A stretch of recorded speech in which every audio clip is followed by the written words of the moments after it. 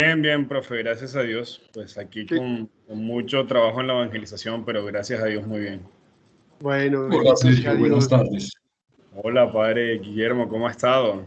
Bien, bien. ¿Tú estás en Barranquilla Sí, todavía? señor.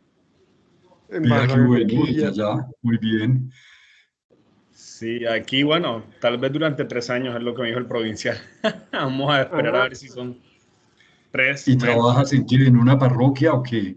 En la emisora Minuto de Dios. Ah, ya, ya. Muy bien. mm, Muy interesante. Sí, señor, sí, sí, sí, gracias a Dios allí se hace un trabajo muy bonito y con una casa de oración también. ajá. Sí, señor, gracias a Dios. Ah, qué bueno, muy bien. Bueno, estamos esperando que se conecte nuestro coordinador. Juan Pablo me escribió diciéndome que tiene ciertas dificultades allí con el Teams, pero pues vamos a ver, vamos a darle un momentito. Son las 4:04.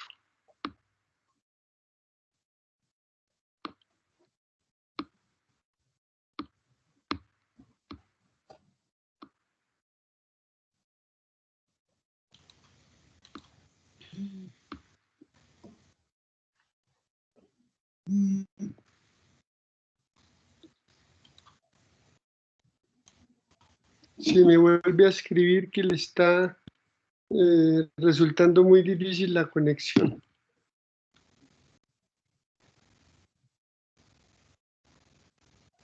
Pero ahí parece que ya se conectó. A ver, ahí ya parece que ya se conectó, sí, afortunadamente. Excelente, Juan Pablo, muy buenas tardes. Acá me tienen muy buenas tardes para todos, ¿cómo están? Bueno, Hola muy Juan bien, Juan Pablo, Pablo. buenas tardes. Bien, tenía inconvenientes ahí con el ingreso en mi celular a la aplicación, pero estoy ya listo. Listo, muchísimas gracias. Entonces, Juan Pablo, si te parece, veamos, por favor, creo que ya tenemos quórum suficiente, más o menos. En este momento vemos 8 asistentes. A ver, A ver, ¿cuántos? ¿Cuántos, cuántos, estamos. cuántos están con nosotros? Sergio, Guillermo, el padre Hernán, José, Licios, Nubia. Tenemos las excepciones de José Domingos, el padre Carlos, María Isabel y Elizabeth, quienes no van a poder acompañarnos el día de hoy. Y Elizabeth, bueno, para que lo tengan presente, sobre todo los protocolantes. Sí. Bueno, muy bien, Juan Pablo, entonces, si quieres, procedamos, por favor. Muy bien, pues muy buenas tardes para todos. Bienvenidos a nuestra sesión número 66 de nuestro semillero de investigación. Como acostumbramos, damos inicio y de paso juntamos el punto número 1 y punto número 2 de la agenda con el saludo de nuestro tutor y la oración a cargo tuya, profe Norato, para que nos ayudes con ello. Bien, con muchísimo gusto y muy buenas tardes para todos, para todas.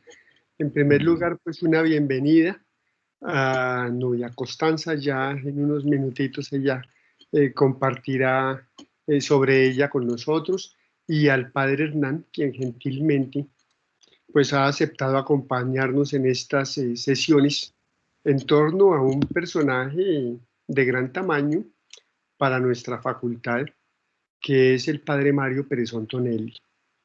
Bueno, les quiero compartir que el pasado 17 de abril, el sábado, se conmemoró, digámoslo así, el aniversario número 31 de la muerte del padre Tiberio Fernández Mafla, exalumno nuestro de la facultad y todo un líder allá en la región pues de Trujillo. Nosotros hemos estado muy cerca de toda esta experiencia como facultad, pero también en relación con nuestro equipo de investigación.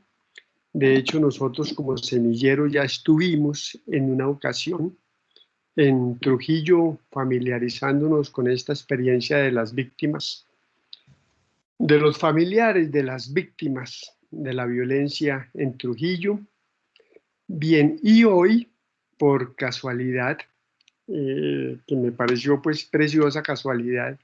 Me llegó un correo de Fernando Torres, quien desde el proyecto Testimonios de Primavera Eclesial me envió una semblanza de Tiberio Fernández, precisamente, y esa semblanza la elaboró nuestro profesor Edgar López. Me pareció bastante bella la semblanza, de manera que se la voy a remitir a sus correos para que la puedan bajar, la puedan leer, la puedan disfrutar, bastante bien hecha, ¿no?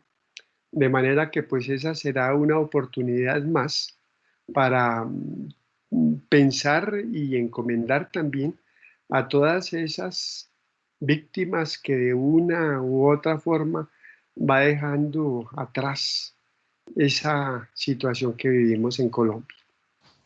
Bien, hemos entonces preparado un muy breve momento de oración para el inicio de nuestra sesión número 66 y aquí la tenemos nosotros ya en la plataforma. Perfecto. En un primer momento, digamos que una primera parte de la oración, el nombre de todos, la va a proclamar Marcela y luego yo al final una pequeña oración, por favor. Incluso esa pequeña oración me gustaría, ¿por qué no?, que la pueda proclamar el nombre de todos nosotros. Quizás nuestro padre Guillermo podría ser en este día. Bueno, Marcela, gracias, tienes la palabra.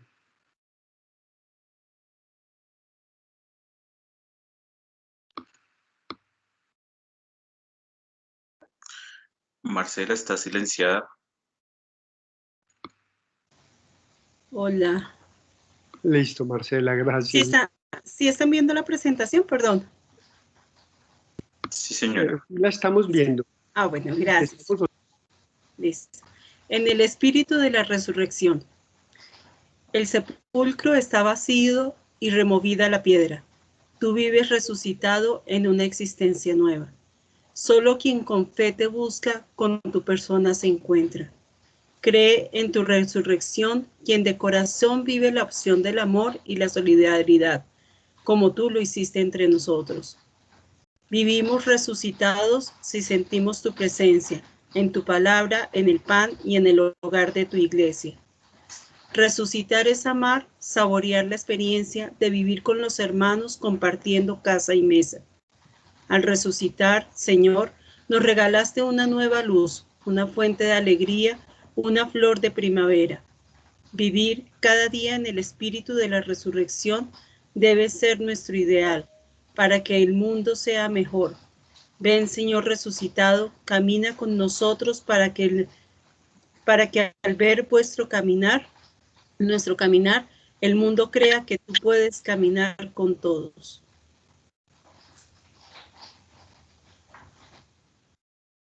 Y si quisieras proyectarle al padre Guillermo para que vea la oración final, que no la vimos. Ah, ¿no la vieron? Qué pena. No. Perdón, pensé que la estaban viendo. ¿Ahora sí? Es que no sé qué pasó. ¿Ahora sí la están viendo? Ahora sí. Perdón. Gracias, padre Guillermo, tienes la palabra. Si quieres compartirla en nombre de todos, proclamarla. Con mucho gusto. Señor resucitado, mora en cada uno de nuestros corazones, en cada enfermo de nuestros hospitales, en todo el personal médico que los cuida con generosidad, en los gobernantes de las naciones y líderes cívicos, en todos los que ahora pasamos toda la vida en casa.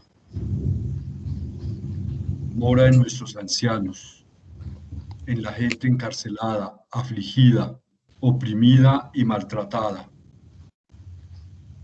Mora en las personas que hoy no tienen un pan para comer, en todos aquellos miles y miles que han perdido seres queridos, particularmente a causa del COVID.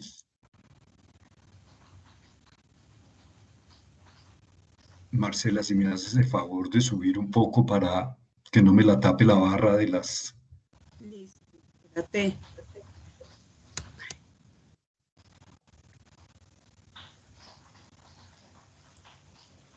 Que no sé qué está pasando. Perdóname un segundo. Otra vez se salió.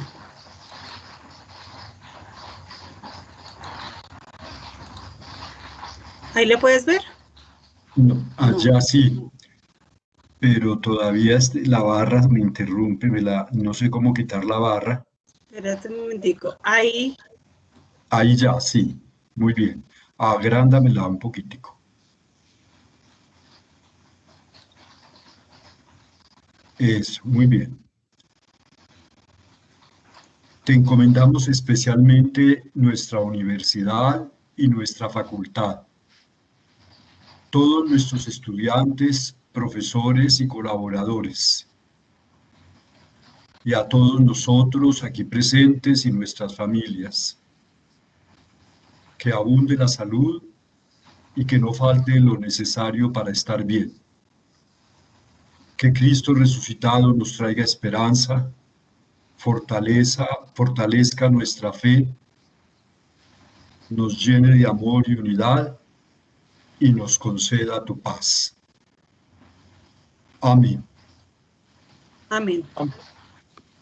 Gloria al Padre, al Hijo y al Espíritu Santo. Como era Como en era el en el principio, principio, ahora ahora y siempre, por los siglos de los siglos. Amén. Bueno, muchísimas gracias, Juan Pablo. Muchísimas gracias, profe Enorato, y a quienes nos han acompañado en la oración. Vamos a un tercer momento, que es la bienvenida a Nubia Constanza Cantor, egresada de la maestría en teología. Nubia, bienvenida. Gracias, Nubia. Entonces tienes la palabra para que te podamos aquí conocer brevemente más de cerca. Compártenos un poco acerca de ti, de tu proceso académico, un poco los intereses con los que te has acercado al semillero, esperando que evidentemente te aporte mucho y que tú puedas aportarnos también mucho a todos nosotros. Muchas gracias y bienvenida. Bueno, gracias, buenas tardes para todos. Ya en el grupo de WhatsApp también me habían dado la bienvenida, así que lo agradezco nuevamente. Pues sí, yo Nubia Constanza Cantor, yo en la Universidad Javeriana estudié licenciatura en Ciencias Religiosas y más adelante pues hice la maestría. Terminé en el año 2019 y realmente más el enfoque fue hacia como la teología de la acción, haciendo como un estudio de cómo llevar a cabo la pastoral desde la teología del pueblo, que es la propuesta pues como del Papa Francisco, bueno, de todos los teólogos de donde bebió pues Francisco. Y pues la aplicación fue en comunidades, ¿no? Rurales de Putumayo. Bueno, ahí por cosas de la vida, pues paró ese proceso, no lo pude llevar adelante y luego me vinculé al distrito para dar clases, entonces actualmente doy clases, soy docente en el distrito con estudiantes de la media, pues especialmente en la reflexión ética, en la clase de religión, donde hacemos pues como... Bueno, yo me valgo de esos espacios para el estudio también de los documentos como más actuales y como para potenciar el sentido crítico con los estudiantes, digamos así.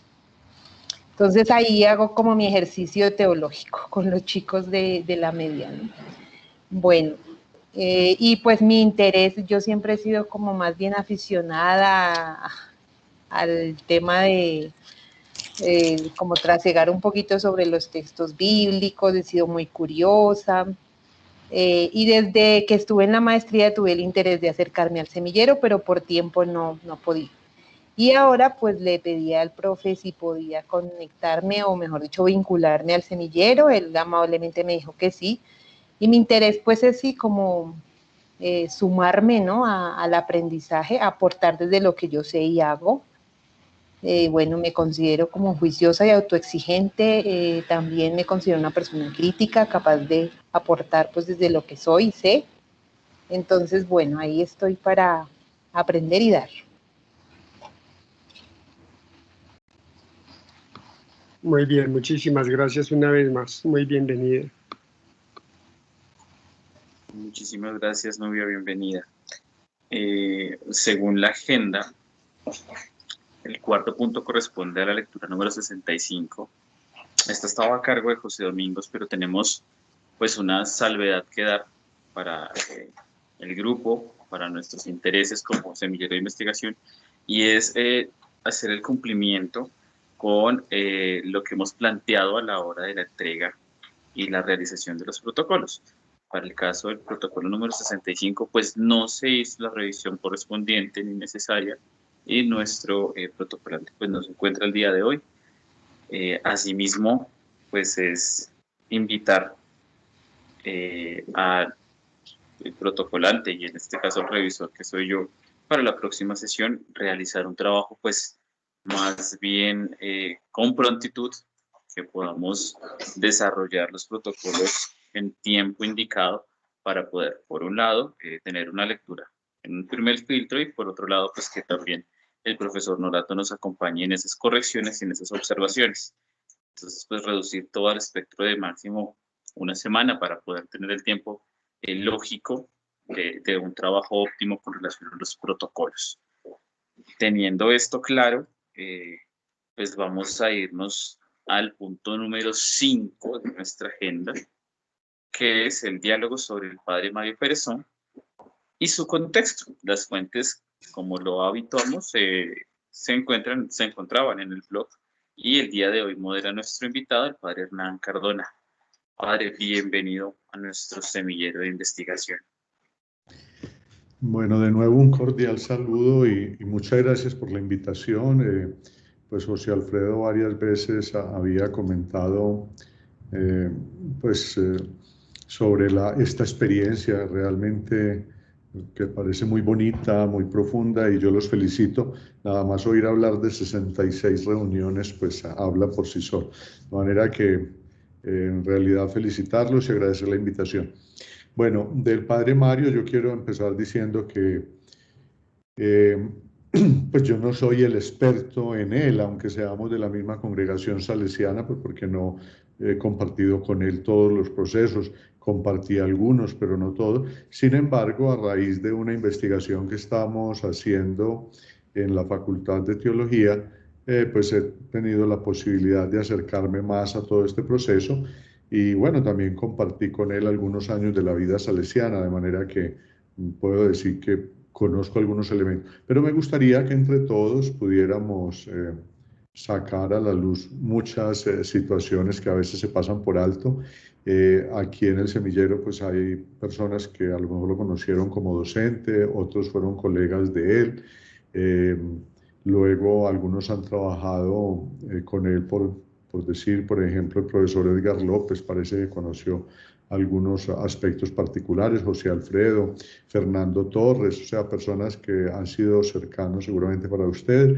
No sé si algunos conocen también a Lola Sendales, etcétera, de manera que tenemos, digamos así, un panorama muy particular. Como ustedes seguramente leyeron la semblanza, que es muy sencilla y breve, y de todas maneras se escapan algunas cosas, incluso me gustó mucho, Marcela hizo una resonancia ya, por lo menos la conocimos, a lo mejor algunos de ustedes la conocen.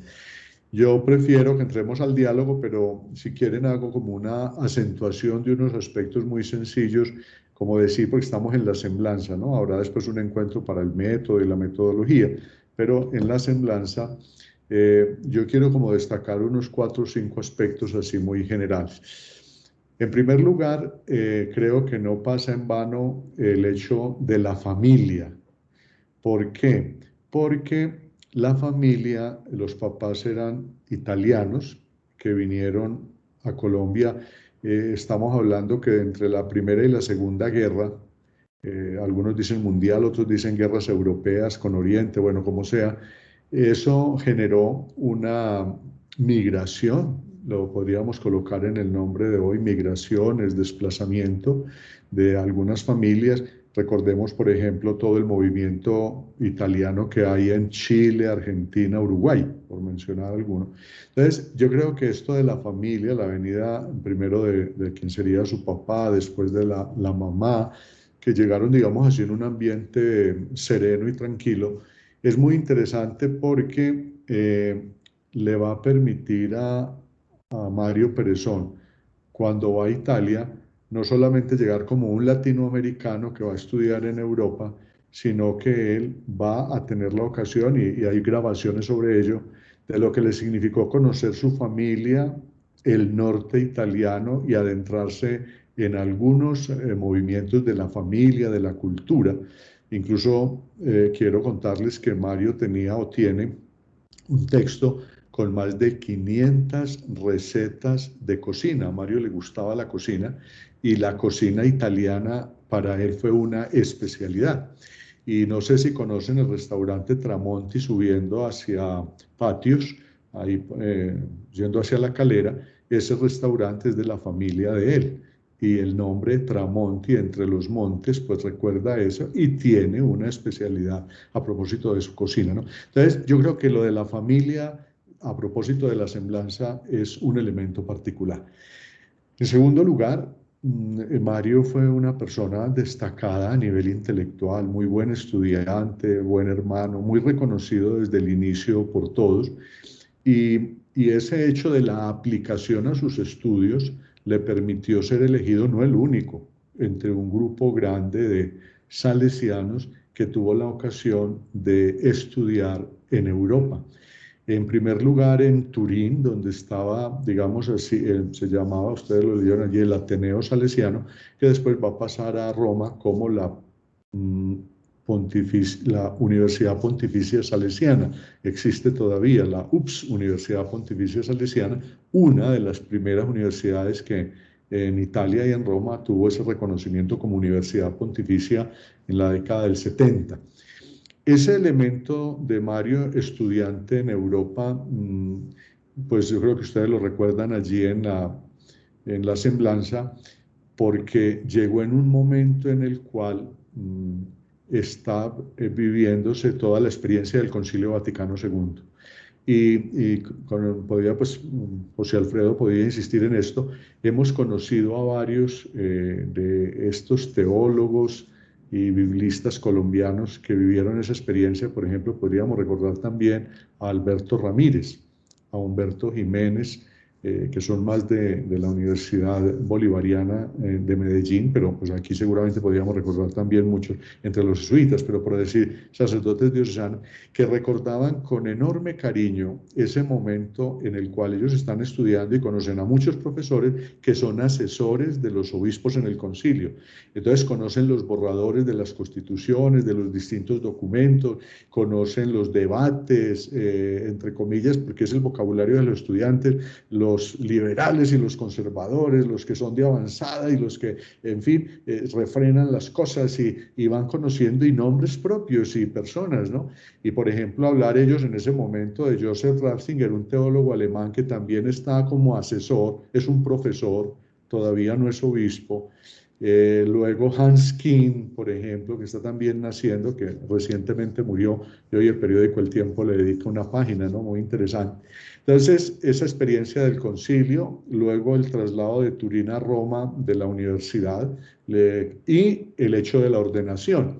Y al terminar la ordenación, ese paso a Francia, cuando estamos en la primavera del 68 y toda la revolución estudiantil. Entonces creo que ese elemento de la semblanza le regala a Mario pues formación, eclesialidad, apertura cultural, grande conocimiento. Y entramos al tercer punto, el empalme de toda esta formación en ese contexto europeo, porque Mario estuvo en Italia, en Francia, en Alemania, y bueno, Ustedes saben que en Europa es muy fácil durante las vacaciones, pues uno en un tren en una noche ya está en Bélgica, en Holanda, está en Dinamarca, puede pasar también a Inglaterra fácilmente, es decir, es muy fácil transportarse y moverse en Europa, de manera que ese sentido pues no es un poco así como las distancias que manejamos acá. Entonces el empalme de él es el siguiente punto, el empalme con el gran movimiento que hay en Latinoamérica. Menciono 2 o 3 elementos. Mario llega cuando se acaba de celebrar la conferencia de Medellín, 1968. Está en pleno auge la teología de la liberación, con representantes pues muy grandes y muy eminentes. Y él va a iniciar ese trabajo en el IPLAC, que es el antecedente del CELAM. El IPLAC comenzó como fruto maduro de la experiencia del Concilio de Medellín. Bueno, hubo una intervención muy particular de, pues digámoslo con nombre propio y con todo respeto, de Alfonso López Trujillo como secretario del CELAM, y lamentablemente esa primera experiencia sufrió, y Marcela hace alusión a esa experiencia de tener que ver cerrar un proyecto y nacer otro que es muy diferente. Luego la experiencia de denuncia y encuentro, la confrontación con autoridades religiosas, ¿no? Concretamente el arzobispo de Bogotá y el comité permanente de la conferencia, que confrontó a un grupo grande de sacerdotes y religiosos, y entre ellos también pues jesuitas, ¿no? Pero pues estamos hablando de Mario Perezón. Y como algo que uno diría, una experiencia desde Dios, Mario tiene la oportunidad al final de la década de los 80 pasar un buen tiempo, más o menos 5 años entre idas y venidas, con el movimiento sandinista en Nicaragua, donde él es el director de todo el proceso de alfabetización. Eso fue una experiencia muy llamativa. Ahora, él fue crítico también de esa experiencia, pues, bueno, porque ustedes saben que hoy también pues está nuevamente Daniel Ortega en la presidencia con un proyecto pues realmente diferente. Entonces, ese proceso de alfabetización, el inicio de dimensión educativa, haber conocido el proceso de alfabetización en Nicaragua, es lo que le va a dar a él también esa vena en la educación, sobre todo centrado en Paulo Freire. Otro punto es ya en la parte, sin descuidar esto, cómo él va haciendo trabajo en comunidades, incluso pues en esta experiencia externa, pero también en Bogotá, y esas comunidades van a ir alimentando todo el proyecto ya en la línea de HBL, ¿no? HBL. Y luego yo creo que allí podemos insertar, estoy dando grandes saltos para dejarles a ustedes pues la posibilidad de participar. Por ejemplo, el hecho de la docencia, ¿no? Mario fue docente y docente universitario, y concretamente en la Javeriana, ¿no? En la Facultad de Teología. Entre ser profesor de medio tiempo y hora cátedra, por lo menos 20 años, ¿no? De manera que ahí hay un ejercicio muy importante, también en otras universidades, también en momentos en el CELAM, también invitado externamente, incluso conoce muy bien la experiencia en Brasil y sobre todo de Paulo Freire, ¿no? Y le da a Mario pues una dimensión muy interesante, porque Paulo Freire, que en la época del 70 habla que la educación es simplemente bancaria, es solamente centrada en lo memorístico, que es muy importante liberar a la educación, al estudio, los estudiantes, etc. Bueno, y desde el 70 Mario tiene un sueño, y es el de una universidad salesiana, que bueno, para resumir, solamente comenzó en el 2020 después de un proceso muy largo y con pues muchas trabas, sobre todo por el ministerio, que exige demasiadas cosas, pero ha empezado la Salesiana Fundación Universitaria en enero del 2020, funciona en la Avenida El Dorado, donde aparece el Centro Don Bosco. En este momento está con 3 carreras, y todas son pensadas para los estratos más bajos. En este momento hay 87 estudiantes, y puedo decir que prácticamente todos con auxilio. Ellos pagan algo muy módico, carreras pues que no llegan a los 3 millones, y a ellos se les está colaborando con un gran esfuerzo de beca, que fue el sueño de Mario, llegar a educar a los estratos más bajos de la sociedad. En esa línea educativa quisiera insistir en todo el trabajo que él hizo como salesiano. Fue rector de colegio, ecónomo, fue provincial, ¿no? También provincial de los salesianos, ecónomo provincial, y siempre con el enfoque de llegar realmente a estas comunidades mucho más pobres. Fundó una gran red de bandas musicales. Mario creyó que la música para los jóvenes era la posibilidad de los jóvenes más pobres de sacarlos adelante. Quienes tuvieran la capacidad musical iban a tener la ocasión de encontrar pues primero un gusto personal y una vocación, pero también cómo defenderse en la vida, ¿no? Cómo defenderse en la vida. Sin duda que podemos decir que una fortaleza de él es su pedagogía y ser educador en el pensamiento, y yo creo que hay que decir las cosas como son. Los que fueron o fuimos estudiantes sabíamos que Mario no era tan hábil para exponer, ¿no? Incluso era pesado para exponer. Pero si uno lograba meterse y leerle y seguirle, percibía concretamente la fortaleza de él, así no tuviera, y luchó por su pedagogía, no tuviera pues como esa facilidad que podemos encontrar hoy en tantos docentes, ¿no? En los cursos de teología fue profesor de teología de la acción, de patrología y de mariología, ¿no?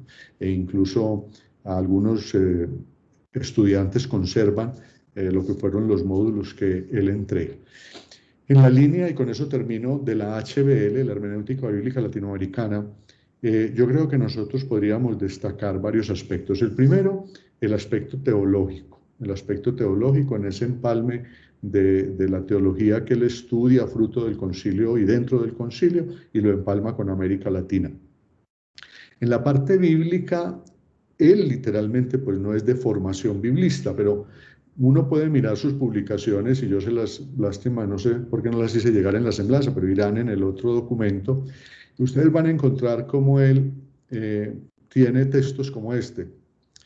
La pedagogía de Don Bosco, pero encontrada con una raíz bíblica, la pedagogía de Jesucristo y la pedagogía de Dios. Incluso el último texto que se publicó ya, pues un poco después de su muerte, La pedagogía de Dios, son textos que tienen realmente una grande fundamentación bíblica.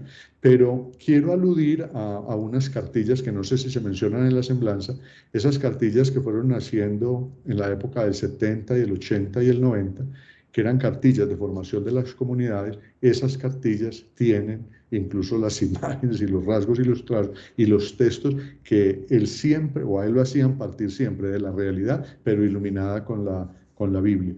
Y el trabajo en comunidades, nosotros podíamos escuchar los testimonios pues de muchos, entre ellos de Fernando Torres, Lola Sendales y muchos otros docentes y estudiantes que conocen la experiencia realmente de las comunidades. Yo vivo en la comunidad de la 170 con Séptima, y en estos barrios todavía recuerdan cuando él recién llegado, en el año 70, llegado de Europa, fue profesor aquí porque era el estudiantado teológico, y empezó el trabajo en estos sectores populares, y todavía realmente lo recuerda. Bueno, habría muchos otros detalles, pero creo que estos 5 o 6 elementos de la semblanza nos ayudan como a abrir pues el horizonte de la discusión. Entonces, no, pues sin más podemos conversar. Si yo puedo aclarar algún punto, bien, pero si ustedes quieren reforzar algún otro aspecto o elementos que llaman la atención de la semblanza, pues es la idea.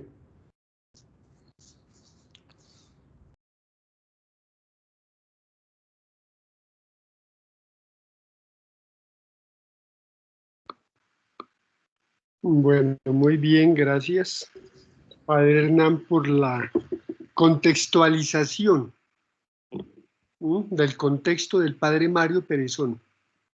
Una figura con muchísimos matices desde el punto de vista personal, desde el punto de vista teológico, desde el punto de vista estrictamente hablando carismático a nivel de la comunidad. Yo personalmente siempre he tenido como la idea de que el Padre Mario vivió en profundidad su carisma salesiano de opción por los jóvenes. Es decir, a mí, digamos que es de los aspectos de la vida de él que siempre me resultaron más patentes. Bueno, y yo quisiera, digamos, que incluso solo para nosotros, pensando sobre todo en los 4 investigadores pues, que estamos al frente del desarrollo del proyecto, para tenerlo en cuenta en nuestro trabajo, Claro, el momento en el que vive Mario Perezón es tremendamente importante para lo que vendría después en América Latina, en términos de teología, de configuración de la vida eclesial, de un modo diferente de ser iglesia, de compromiso social muchísimo más explícito por parte pues de la iglesia. Pero yo creo que un elemento que tenemos que aprovechar muchísimo, a propósito pues del contexto del padre Mario Perezón, es todo ese conjunto de personas que formaron parte de su vida en ese momento. Entonces, claro, ahí es donde yo pienso en el padre Jiménez, ahí es donde yo pienso en un Alberto Ramírez, pero ahí es donde yo pienso también en otras personas incluso más allá del ámbito académico, que lo mueven también a él en su opción religiosa y pedagógica a acercarse a los textos bíblicos. Es eso lo que a mí me parece, queriendo como proponer actitudes diferentes de frente pues al texto sagrado. Gracias.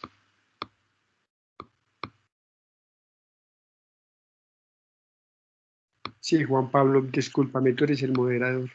Pues digamos que el colaborador del moderador. Perfecto, perfecto. Bueno, tengo levantada la mano, me voy a tomar palabra y luego se la daré al padre Arley. Yo tengo como 2 puntos a rescatar. Iniciando, el semillero nos ha permitido reconocer figuras importantes dentro del eco de nuestra formación. Y cuando leía la semblanza, muchas gracias, padre, por escribirla, que tiene una facilidad de leerla maravillosa, me veía reflejado en tanto ese interés, esa opción por los jóvenes.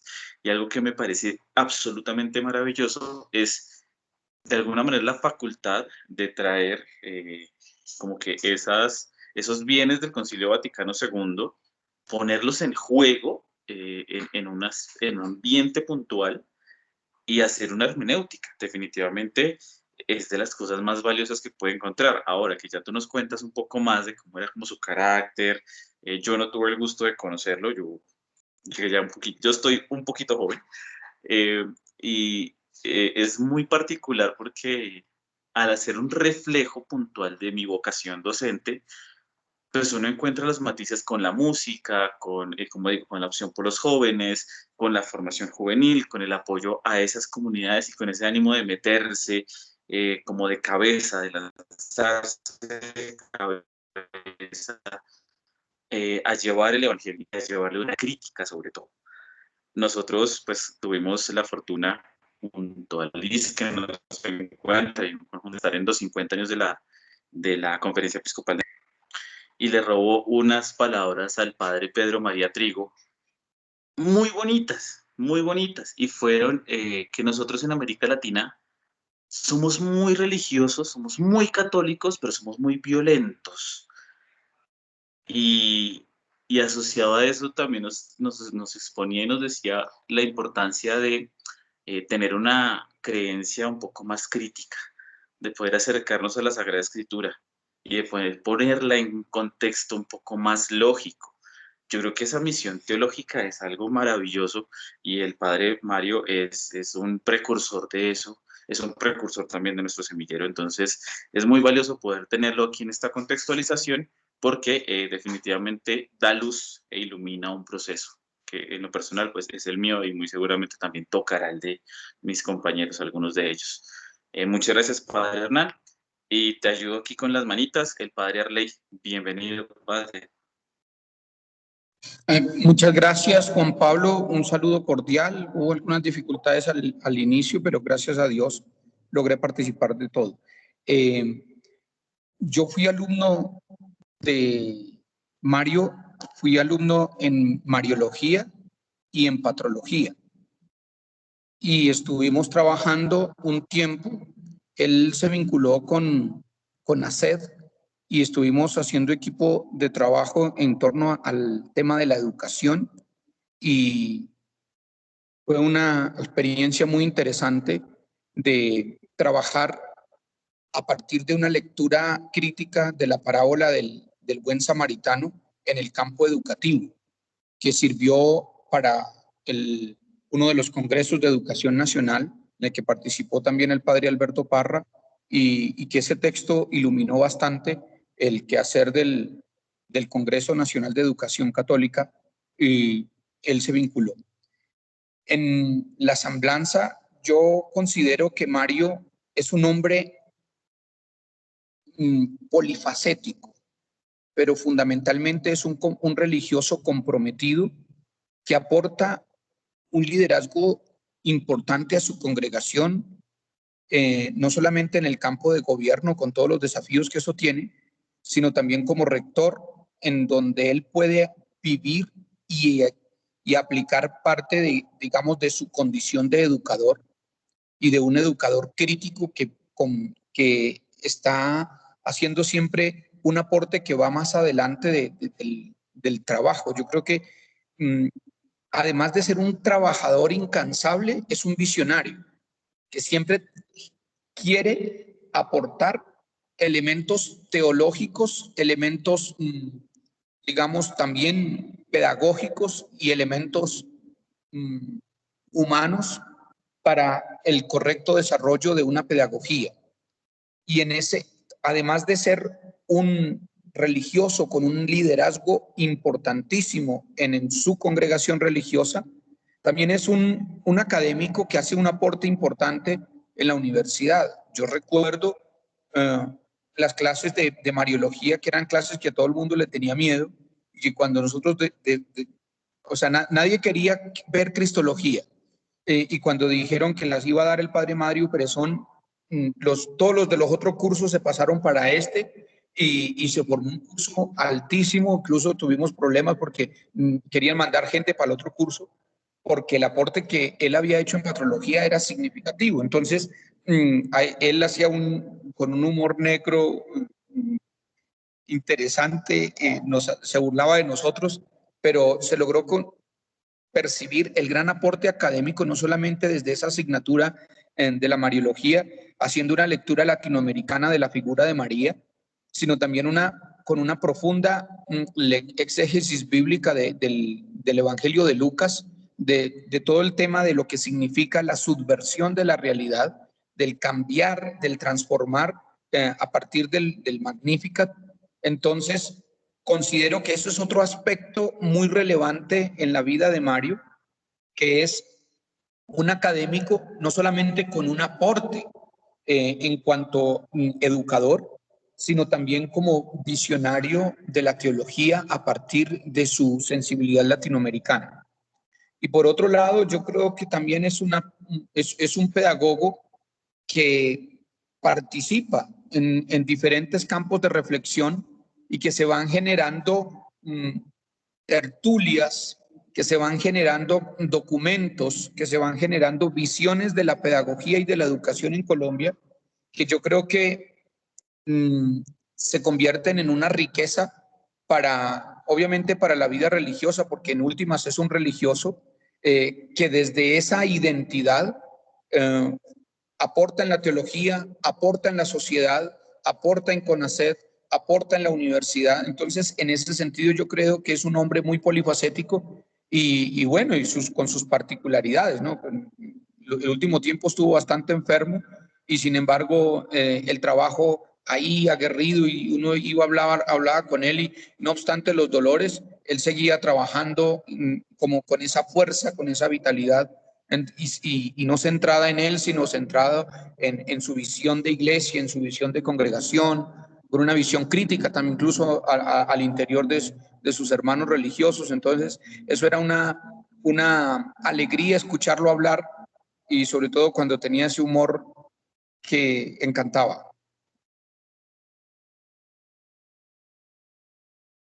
Por ahí va mi aporte. Muchísimas gracias, padre Arley, tanto por la experiencia académica como por la personal.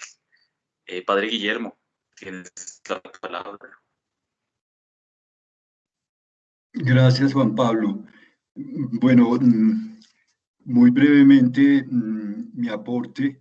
Yo leí La Semblanza y quedé como impresionado y quise ir más allá de lo que decía La Semblanza, pues de esta presentación de su vida familiar, de su vida como religioso, y entonces buscando me encontré un documento que tal vez nos irán a compartir para el segundo encuentro. No sé si será así, el padre Hernán Darío me confirmará o no. Y es una semblanza que aparece originalmente en el libro de la Pontificia Javeriana titulado A hombros de gigantes, maestros de la filosofía, de la Facultad de Teología de la Pontificia Universidad Javeriana. El compilador es el profesor Juan Alberto Casas, y le dedican ahí en ese libro unas buenas páginas al padre Mario Perezón. Y entonces leyendo esa semblanza que aparece ahí, pues pude confirmar lo que en el material que nos dieron para este encuentro, pues ya se intuía y ya se presentía, ¿no? El inmenso compromiso de el padre Mario Perezón con estos temas, sobre todo de la catequesis y de la pastoral juvenil, en los cuales trabajó tanto. También en esa semblanza se habla de su empeño con las comunidades eclesiales de base, todas sus, digamos, experiencias, no se arredraba ante nada, ni siquiera pues ante las dificultades que se presentaron, y algunas de sus iniciativas. Ya padre Hernán Darío nos dijo, como el IPLAC, el Instituto Latinoamericano de Pastoral Juvenil, que él había fundado, y después alguna otra iniciativa, fueron, digamos, autorizadas por la jerarquía en ese momento, el cardenal Aníbal Muñoz Duque y el secretario del CELA, en fin. Entonces, pero me imagino que esto será material del otro encuentro. Me llamaba mucho eso la atención, la gran riqueza y la gran variedad de sus empeños en el campo de la pastoral juvenil, la pastoral catequética, la educación religiosa en Colombia, y la cantidad de iniciativas, también la copiosa bibliografía que él dejó sobre estos temas. Ese es mi aporte.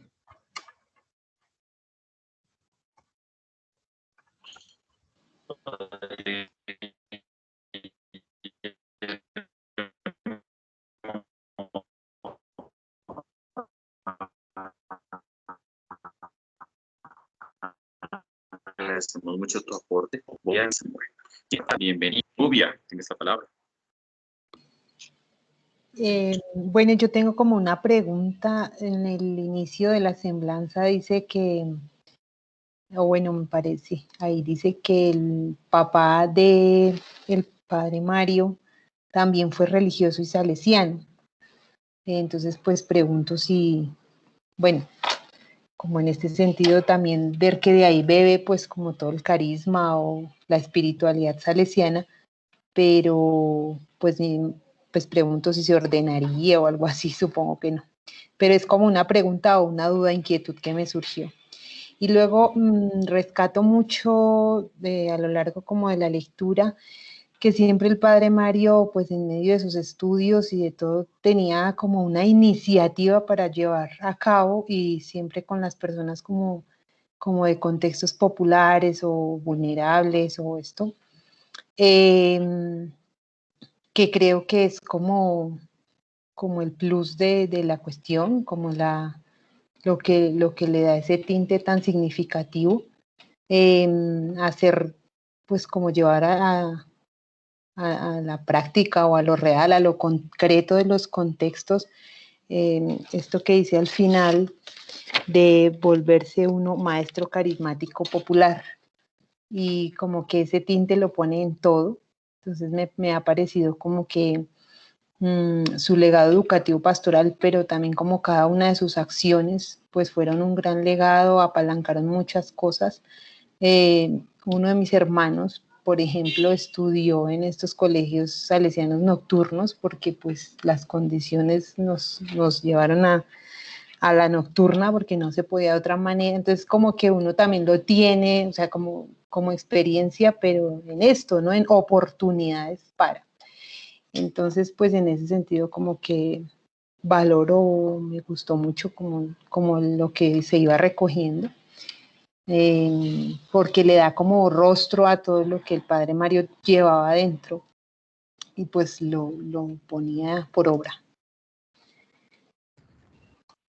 Nubia, muchas gracias. No, el papá, y bueno, en italiano es Dario, ¿no? No, por eso no tiene la tilde, don Dario. Nosotros decimos Darío, pero bueno, don Dario. No, él fue alumno en un instituto salesiano. Lo que pasa es que, bueno, entre los salesianos, bueno, de pronto eso ustedes no lo conocen, en general, pues el movimiento de desalumno en general trata de ser muy fuerte y la espiritualidad salesiana habla de la gran familia salesiana. Entonces, quienes han pasado por los centros, decimos son salesianos en su espíritu, en su alegría, en conocer a Don Bosco, pero no significa que sean religiosos, ¿no? Él fue un estudiante de agronomía y viticultura, o sea, el cultivo de la vid, en un instituto salesiano en el Piamonte, en la parte norte de Italia, y pues fue conocido por los salesianos como un buen estudiante de la agronomía y del cultivo de la vid, y por eso decimos que fue salesiano, pero es en su espiritualidad, no porque haya sido religioso. Y lo segundo, sí, o sea, uno, por ejemplo, ustedes han mencionado dos cosas, bueno, lo que acaba de decir Nubia, por ejemplo, el trabajo con el colegio nocturno, el nocturno del León XIII, que fue una herencia, incluso creo que de los agustinos que habían renunciado a ese trabajo y en ese momento era muy importante, entre el 70, 80 y 90, para una gran población de sectores de ahí de cercanos al León XIII. Ese fue realmente un foco interesante. El nocturno fue muy próspero, muy fuerte, muy fecundo en realidad. Y por ejemplo, lo otro que también el padre le hizo y Juan Pablo, padre Mario era muy bueno, pues del sentido del humor, ¿no? Era muy bueno para conversar. Y cuando teníamos las tertulias así en la comunidad o en las fiestas, él siempre se apuntaba con 2 o 3 chistes muy buenos, ¿no? Realmente muy finos, muy especiales. Y en ese sentido, pues decir que él de entrada aparecía como una persona tímida, ¿no? En su personalidad, ¿no? O sea, no era fácil verlo sonriendo, por lo menos en los primeros momentos. Ya después, cuando uno entraba en contacto con él y había confianza, él vencía un poco la timidez y era, ¿no?, mucho más, pues digamos así, una relación se hacía mucho más expedita. Pero de entrada él era así porque un poco tímido realmente para tomar la iniciativa.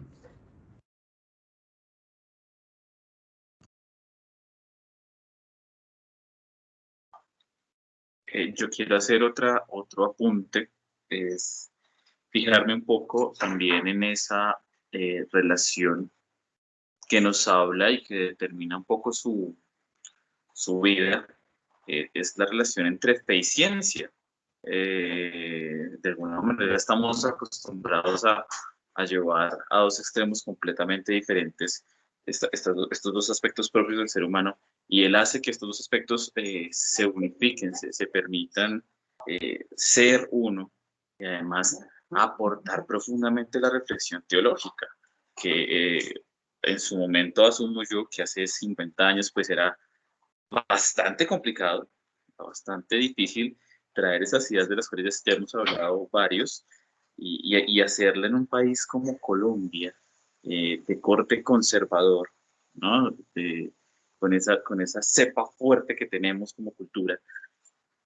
Eso hace también, que es la segunda parte de esta apreciación, que el mundo laical, que nosotros los laicos nos animemos de alguna manera, nos animemos a seguir una idea, nos animemos a corroborar una información, a querer acercarnos a la teología, no como eso que desde fuera se puede ver como la dogmatización o el adoctrinamiento de una confesión, sino como la capacidad de entablar relaciones críticas con la revelación, con la interpretación, con un ejercicio pues bastante interesante en lo personal y en lo formativo. Y el padre Mario pues como que nos da esa experiencia y nos demuestra esa posibilidad de romper esos paradigmas que enfrentan a la ciencia con la fe, que me parece maravilloso. Voy a seguir mirando aquí los manitos, discúlpenme compañeros. Vamos en orden, comenzamos con Licius Kettler, luego Sandra y termina Sergio. Licius, bienvenido. Bueno, muchísimas gracias, Juan Pablo Lozano. Bueno, muchísimas gracias, profe Hernán. Yo estaba escuchando con mucha atención la presentación sobre la vida de Mario y me llamó mucho la atención porque estaba haciendo la relación como entre Mario y Ellacuría, porque de una cierta manera como ellos vivieron en dos fuentes, la fuente de Europa y de América. Yo creo que como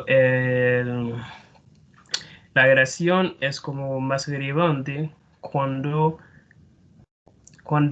estamos leyendo la vida de Mario, bueno, y la vida de Ellacuría, ciertamente con sus diferencias, ¿sí?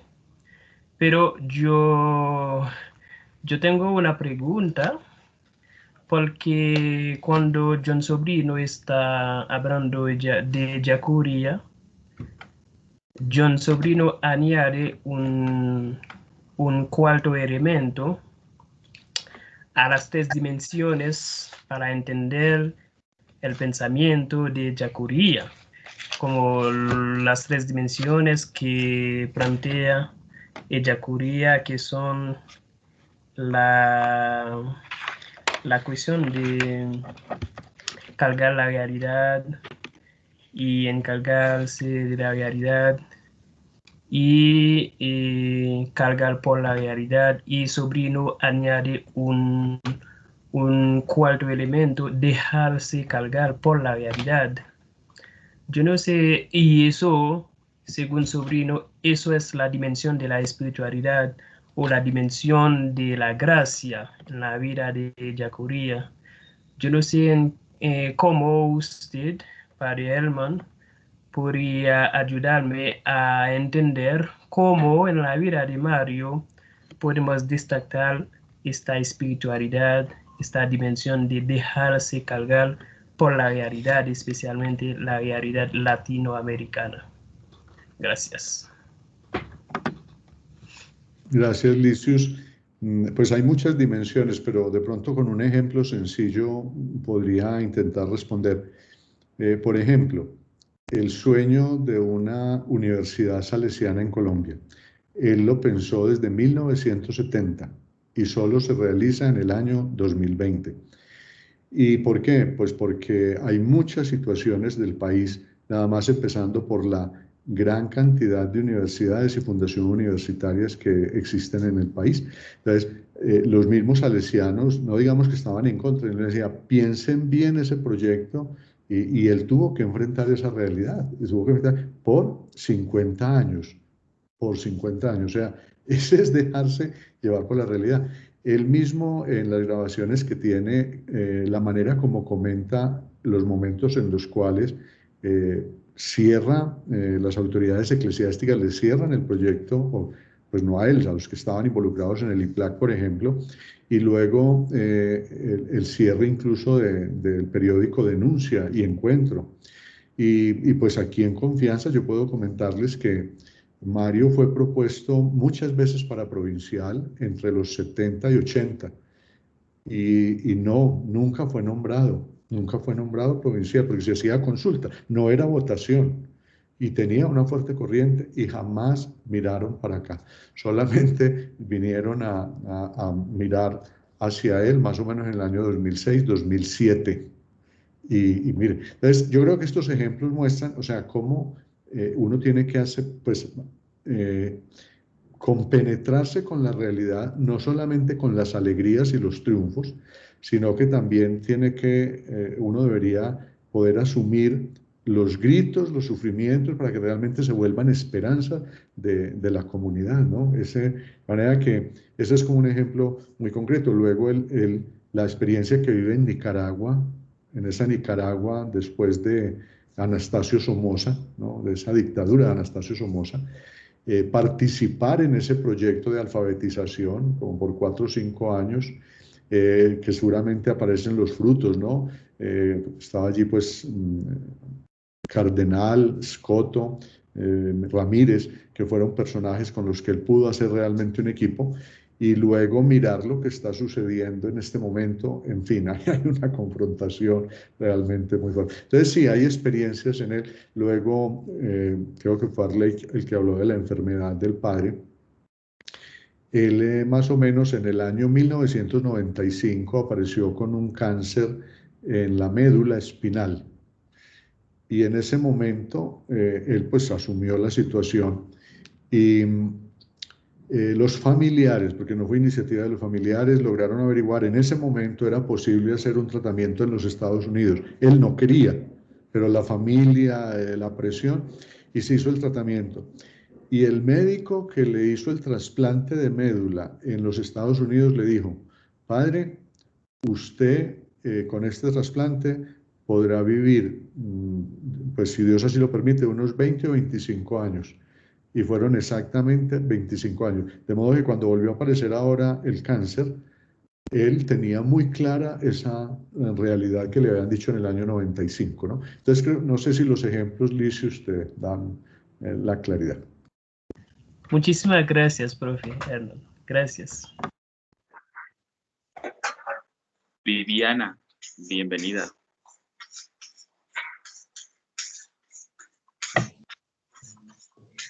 Hola Juan Pablo, buena tarde, profesor Hernán, y a todos y todas en el semillero. Un gusto reencontrarnos. Pues muchas gracias especialmente a quienes han contado como todo este enriquecimiento de la semblanza de Mario Perezón, Arley, creo que eso como que fortalece la imagen que uno puede hacerse de una persona como quien fue él, ¿no? A mí, yo quería resaltar especialmente esa relación que me gustaría que podamos analizar más desde esa mirada de HBL entre la pedagogía y la teología. O sea, que creo que una persona como Mario, quizás también Carmiña, pensando en esto de la pedagogía, pueden como dar cuenta de ello, ¿no? Y bueno, también pensando en esta figura de Jesús como maestro. Y ahí me surge también una inquietud para el profesor Hernán, y es esto del sistema preventivo de Don Bosco, que yo no tengo idea de eso, de qué se trata. Bueno, de pronto ahorita nos puede aclarar un poco a nivel pedagógico, ¿no? Entonces, cuando yo leía la semblanza, me parece que hay una decisión vital, quizás justamente por sus orígenes, por esa también vocación personal hacia el estudio o hacia la disciplina académica, de alguien que comprende rápidamente que en esa posibilidad de horizonte educativo, de intercambio cultural y de ampliación de perspectivas de las personas, hay una gran posibilidad de hacer una vida distinta y seguramente más digna, ¿no?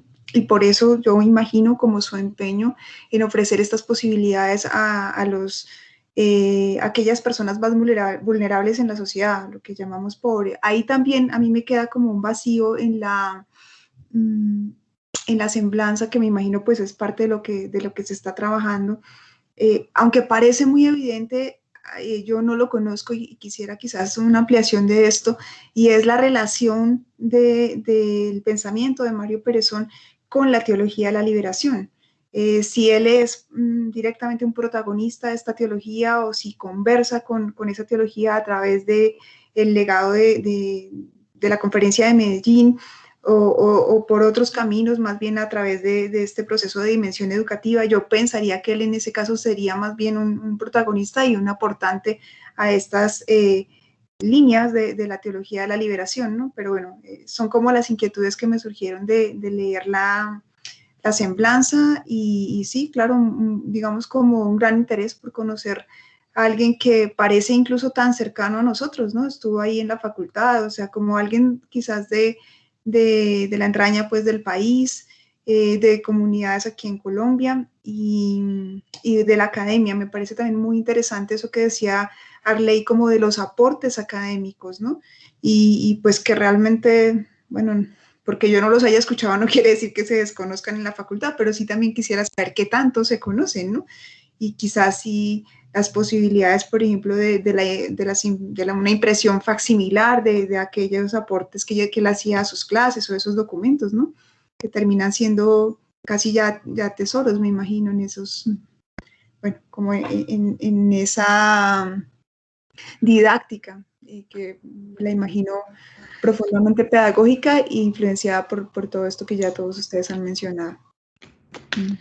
Gracias, Viviana. Respecto a lo de la relación entre pedagogía y teología, pues para no alargarme porque el tiempo va corriendo y hay más participaciones, por ejemplo, el profesor José Orlando Reyes, que es profesor de la Facultad del CFT, él ha trabajado la pedagogía de la teología y en esto estuvo en conversaciones con Mario, y si no estoy, José Alfredo conocerá el caso. Entiendo que Mario fue el asesor del trabajo de él. Lo mismo Germán Maecha y María Estela Rodríguez. O sea, para decir realmente que hay manera de hacer ese seguimiento y esos aportes, y hay esa asignatura en el CFT, Pedagogía de la Teología, y uno que lideró y creo que les dirigió el trabajo concretamente fue José Orlando Reyes, para mencionar ese punto.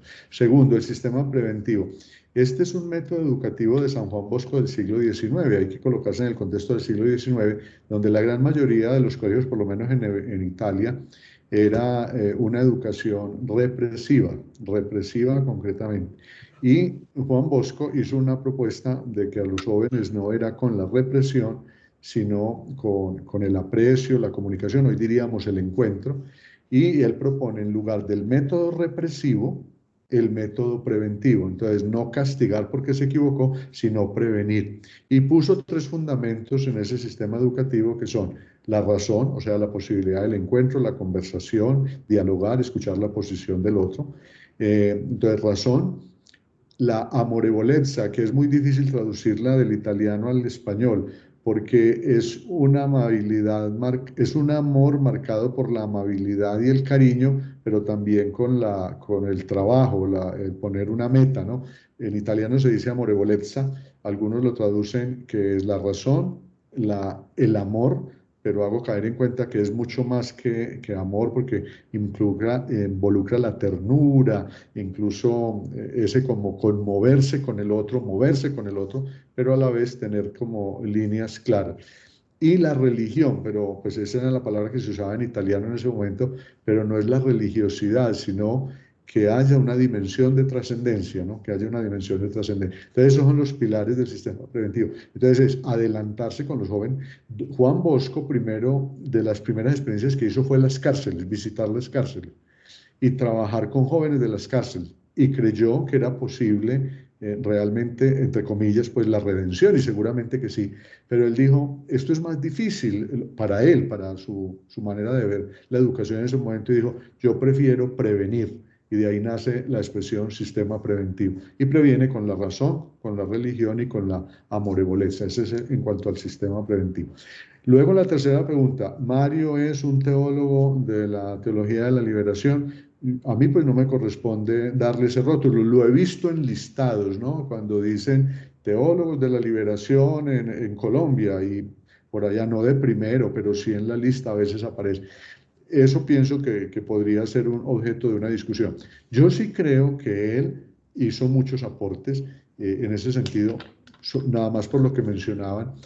Si uno va y mira cómo orientó la patrología, la mariología y la teología de la acción, fue una orientación, una lectura latinoamericana de esos cursos, que no es fácil. Patrología leído en clave latinoamericana, eso es como pesado, tomar a, no sé, Gregorio de Niza, tomar a Ireneo, tomar a Tomás de Aquino, Agustín, y ponerlos en clave latinoamericana. Y lo que nos decían de la metodología no es realmente, o sea, y la teología de la acción sí, pues bueno, uno también conocen al padre Alberto Parra seguramente, y bueno, en el concilio hay muchos aportes en ese sentido. Entonces yo digo que sí, que en cuanto a su método, a su metodología, a la manera de enfocar su trabajo, hay muchos de esos elementos que venían desde la década del 60 con la teología de la liberación. El calificativo yo lo dejaría más bien para pues, quienes deban decirlo, obviamente. A mí me parece que sí, pero soy respetuoso. Muchas gracias y perdón, tomo un segundo más la palabra. A mí algo que me parece muy importante de lo que leí, de lo que voy conociendo de él, y que varios de ustedes lo mencionaban como con este adjetivo de visionario, yo creo que él intuyó algo muy importante en lo cultural y es la formación artística.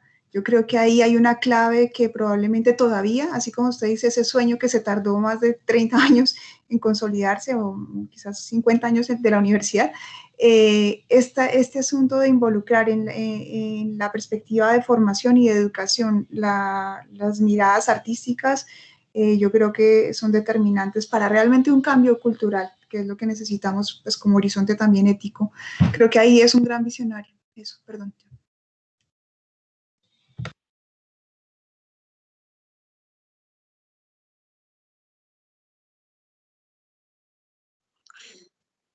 Viviana, muchísimas gracias. Padre, ¿tienes respuesta para la última participación?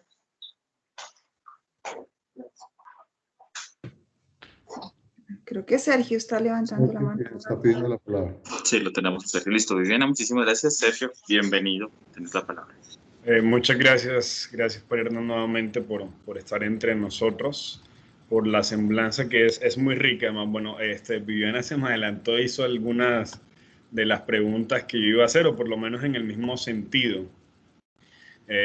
Precisamente había escuchado alguna vez en una clase que el padre llegaba a proponer o a decir que además de leer a estos padres de la iglesia deberíamos leer a nuestros propios padres en Latinoamérica. Y eso bueno, quien lo comentaba lo decía con un poco de escozor, pero me parecía curioso, pero algo muy, muy positivo además. Por otro lado, me parece interesante cómo menciona en la semblanza todo el tema de cómo va afrontando las tensiones.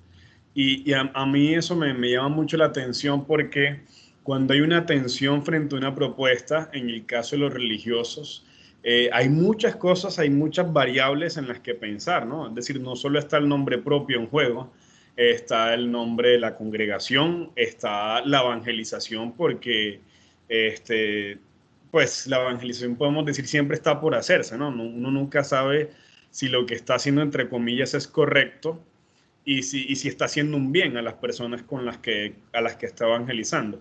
Entonces me nace ahí la duda de como la convicción que lo llevaba a él como para seguir adelante en medio de esas tensiones y en medio de una que me parece muy, muy interesante, y es que usted lo mencionaba mucho, el Concilio Vaticano II. Para nosotros hoy es muy fácil hablar del Concilio Vaticano II, pero también uno escucha volviendo a la palabra, la tensión que había pues, en el mundo académico, pastoral, de qué significaba esto y cómo hay que tomar esto y cómo hay que interpretarlo y cómo hay que aplicarlo, porque, bueno, igual para nosotros hoy no sigue siendo tan claro, y me imagino que en el momento, pues tampoco era como tan claro, ¿no? Y que, por supuesto, no se trata de dar normativas ni de decir el cómo, pero por lo menos ya hoy tenemos experiencias. En ese momento tal vez no las tenían y creo que es muy interesante conocer cómo el padre iba pues también tejiendo esas nuevas acciones frente a esos nuevos cambios que se estaban presentando,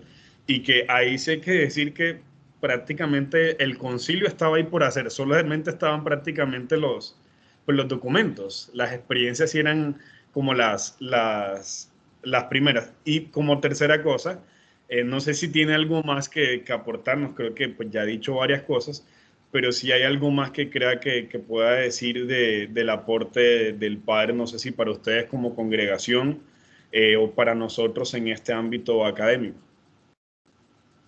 Gracias, Sergio, por tus palabras. Por ejemplo, para lo primero, yo quisiera decir, por ejemplo, Mario y un grupo muy grande, por ejemplo, nosotros estábamos empezando a estudiar la teología cuando la muerte de, en ese momento, Óscar Arnulfo Romero, arzobispo de San Salvador, ¿no? Por ejemplo. Nosotros recordamos que un grupo grande de personas desde el mismo momento de la muerte hablaban de, eso es un mártir, es uno de los padres de la iglesia. No, eso no lo pensaba nadie del estrato, pues hablemos así, de la jerarquía, nadie, e incluso había grupos grandes. En el mismo Salvador, el país de El Salvador, los obispos no son muchos, pero nadie se le pasaba por la cabeza que esa causa se pudiera sacar adelante. Y mire dónde estamos. Hoy santo, San Romero de América. Pero en el año 80, 82, 85, eso era completamente impensable. Entonces ahí puede unir un poco las dos dimensiones.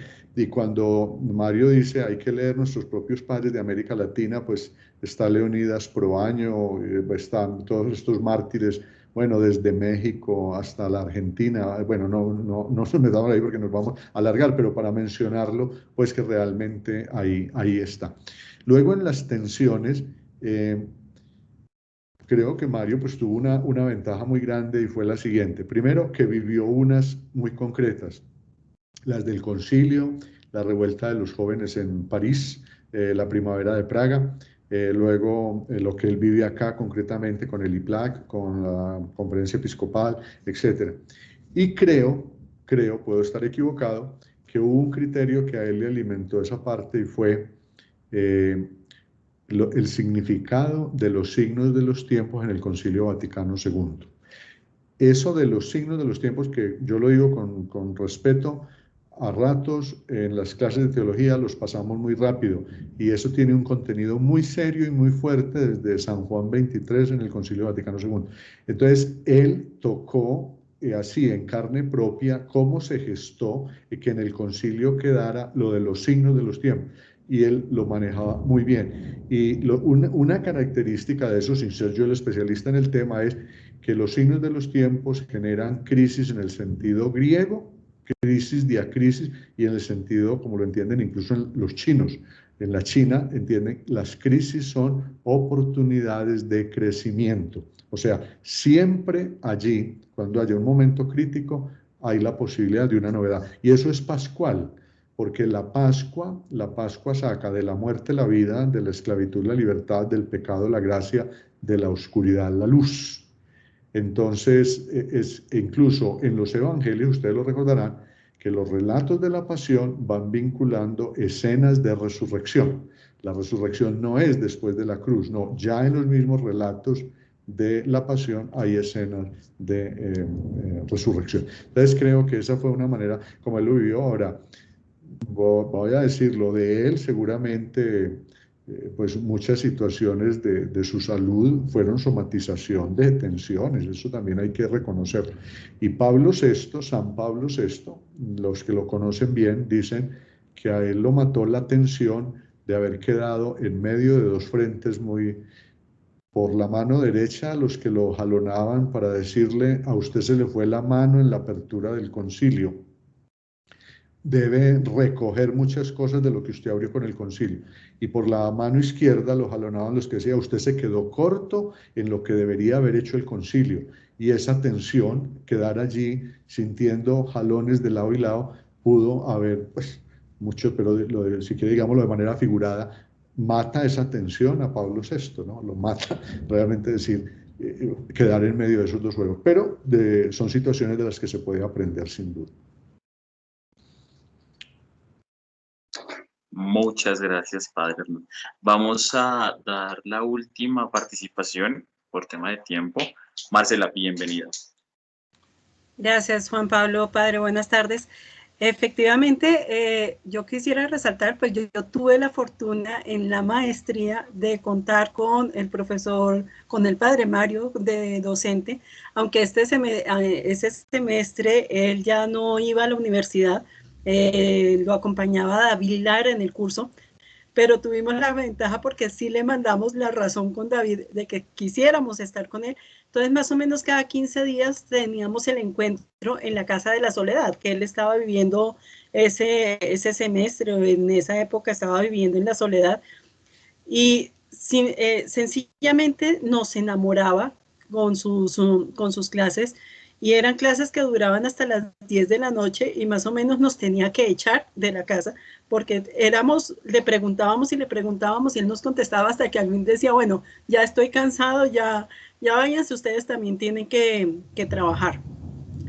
Una de las cosas que a mí me llamó en ese momento la atención con él era su pasión y su pasión por cambiar el sistema de educación, y algo que nos llamaba y siempre nos estaba llamando como la atención en buenos términos, pero siempre como que nos jalaba las orejas a los que éramos del curso, era, miren, ustedes éramos un grupo de laicos, docentes, algunos miembros de SBX, trabajábamos en pastoral, en parroquias, en fin, ese era el contexto de mi grupo, y siempre nos llamaba la atención que si nosotros nos queríamos realmente llamar y llevar el título de teólogos, debíamos ser muy críticos en el tema de educación y abrirle precisamente ese pensamiento crítico y desvendarle los ojos a los estudiantes, porque no podía seguir siendo la sociedad colombiana una sociedad ciega frente a las diferencias y frente a las necesidades y a los gritos de la gente y más de los jóvenes. Nos daba muchísimo la experiencia de él en la universidad, pero también en los colegios, en la parte educativa, y nos traía muchos ejemplos de los jóvenes, de cómo él realmente invitaba a los jóvenes a ser críticos frente a no tragar entero, que es el sistema, y decía, es que el problema del país es precisamente que nos han enseñado a tragar entero y no a pensar por nosotros mismos, y ustedes están aquí, y si realmente quieren hacer el ejercicio teológico, deben abrir esa posibilidad. Entonces, ese llamamiento constante a pensar más allá de lo que simplemente vemos, a quedarnos con lo que nos muestran los noticieros y todo, era muy relevante. Otra cuestión, personajes que el padre lo resalta, como San Romero de América, a mí me llamó muchísimo también la atención la ponderación, digamos, el resalte. Hubo 2 sesiones que hizo una con Mandela y otra con... se me acaba de ir el nombre, el norteamericano. Luther King. Con Martin Luther King. 2 sesiones, pero que realmente también nos llamaba y decía, ellos no son teólogos, Martin Luther King no es teólogo, pero miren y cómo ejerce en su discurso la teología de la liberación, cómo realmente busca la liberación de un pueblo, pero para pensar, para seguir, para adelantar esos temas. Entonces era realmente fascinante. Y lo otro que también destaco, que también me encantó de la facultad, y lo tuve también con la experiencia con el padre Alberto Múnera, realmente lo críticos que fueron de la parte crítica del concilio, cómo nos contaban las experiencias, las vivencias que ellos tuvieron efectivamente en lo que él llamaba la represión de ciertas, digamos, líneas del clero, como era el padre, como era Monseñor Trujillo y todo, y esas experiencias, y decía sus experiencias de batallar frente a eso, y de aún así, a pesar de tantos bloqueos, de tantas investigaciones, de tantas cuestiones que surgió la iglesia en ese momento, pues esa lucha constante y no rendirse nunca frente a esos cambios que él veía como predominantes y como fundamentales dentro de la sociedad, dentro de la estructura jerárquica de la misma iglesia, y el llamado que hacía frente a que la iglesia no podía seguir siendo ajena a esas necesidades y a esos gritos de muchas personas. Y era muy crítico también, sobre todo en los colegios religiosos, también llamaba mucho la atención esa línea a veces de cerramiento desde esa línea clásica, ortodoxa, digamos ortodoxa, como compleja en ese sentido. Entonces eran dos enseñanzas que a mí me dejó el padre Mario y que realmente fascinada con los cursos de él. Gracias, padre.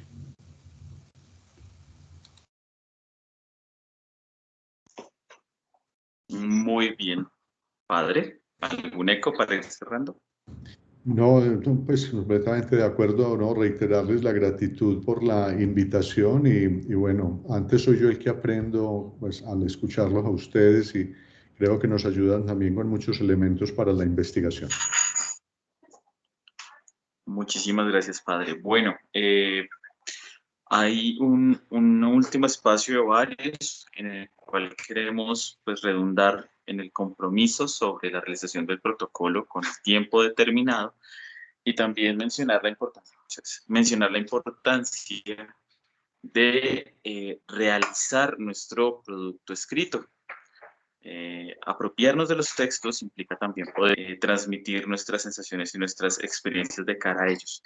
Entonces es una invitación gigante también a hacer nuestras reseñas de cara a los textos que hemos venido trabajando y a los textos que vamos a trabajar. No sé si el profesor Norato tenga algo con que cerrar el día de hoy. Muchísimas gracias, Juan Pablo. Muchísimas gracias, padre Hernán. No, nada, una sesión magnífica. Qué aprendizaje. Maravilloso pues lo que estamos, eso, de una parte compartiendo, pero de otra casi que aprendí, casi que escuchando por primera vez. Y eso que efectivamente tuvimos la gracia de compartir bastante con el padre Mario Perezón. Bueno, nada, un abrazo a todos, padre Hernán, Juan Pablo, a todos mil y mil gracias, un feliz resto de semana y por favor cuidémonos muchísimo. Muy bien, un abrazo, gracias. Muchas gracias, saludos a todos, a todas. Gracias, un abrazo, saludos, buenas tardes. Buenas noches, muchas gracias. En 15 días. Ok, un abrazo, chao. Gracias. Gracias, adiós, gracias a todos, buenas tardes. Profesor Alfredo, gracias Viviana, gracias profesor Hernán Muchas Cardona. gracias, que estén muy bien, buena tarde. Un abrazo. Gracias Licius. Gracias Licius también. Gracias, Leonard, profe. Marcela, A todos. todos y a todas, Sandra, Viviana, a todos. Gracias. Chao. Ya.